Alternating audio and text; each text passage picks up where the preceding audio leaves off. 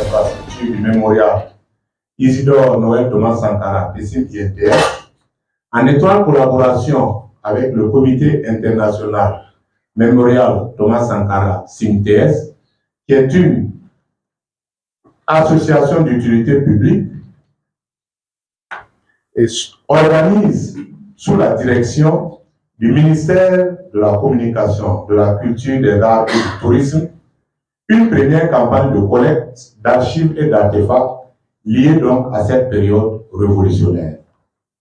Cette campagne va se dérouler du 1er au 31 décembre 2024 à l'échelle nationale et internationale.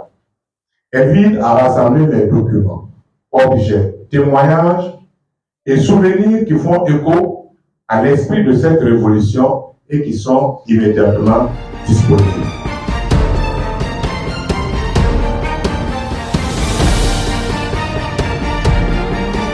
Ici, tout ce qui est archives, c'est photos, vidéos, documents écrits, souvenirs, objets personnels et même familiales, soit du président Thomas Sankara, des familles ou ayant appartenu à la Révolution.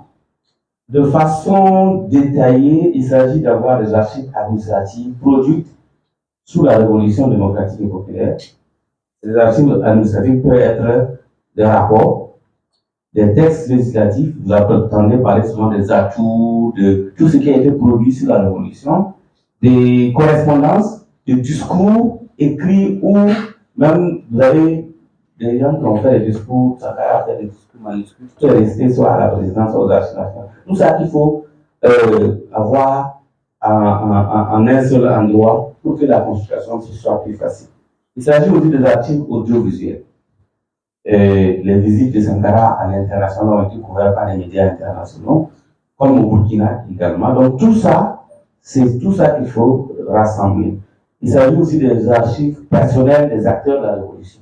Vous avez des gens qui détiennent encore par devers eux des photos, souvenirs d'une visite de Sankara. Si vous vous rappelez, un acteur vivant qui était avec Sankara est là. Sankara pouvait sortir de façon impromptue, aller dans un village, dans un endroit précis, et puis les gens prennent des photos avec lui. C'est tout ça, ce sont des archives personnels.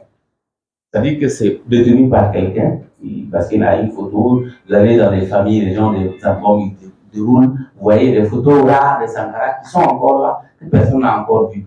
C'est ça qu'on demande aux gens de nous céder gracieusement, soit par une copie numérique, soit par une copie physique. Il y en a même qui ont des archives qui disent, bon, je veux m'en débarrasser, mais ils peuvent venir. Les vieux journaux qui parlent de quelque chose de précis, qu'on ne peut plus trouver, c'est tous ces éléments-là qu'on demande de céder et donc, pour le projet.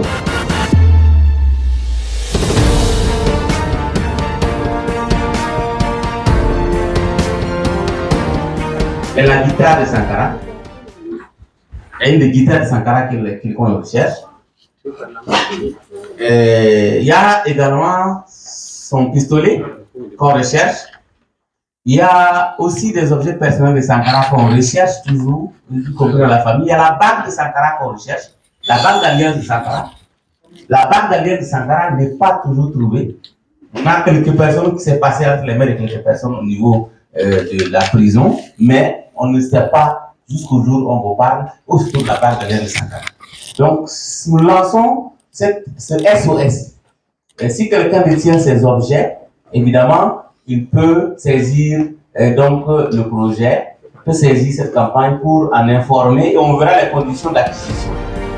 Voilà.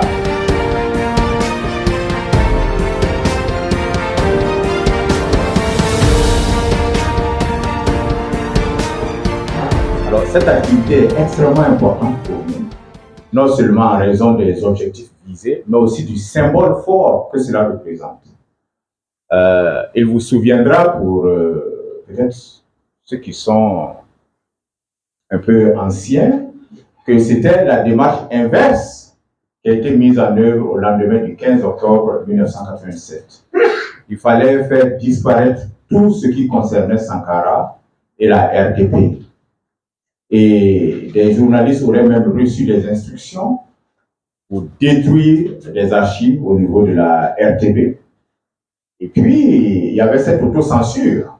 Il fallait surtout montrer patte blanche en montrant qu'on n'a rien à voir avec la révolution, avec Sankara, et rien sur Sankara ne passait, voilà, sur les organes de presse. Donc, nous sommes très heureux que ce soit la démarche inverse aujourd'hui. Et c'est pourquoi nous lançons un vibrant appel à tous ceux qui détiennent des archives, à tous ceux qui ont des témoignages, des artefacts avec le président Thomas Sankara et puis la RTP. Je voudrais dire que si des gens se demandent si les archives qu'ils ont, les photos qu'ils ont, ou bien les témoignages, les informations qu'ils ont, s'ils se demandent si ça peut être important, ça veut dire que c'est important. Qu'ils nous contactent pour que nous puissions les collecter et puis les exploiter.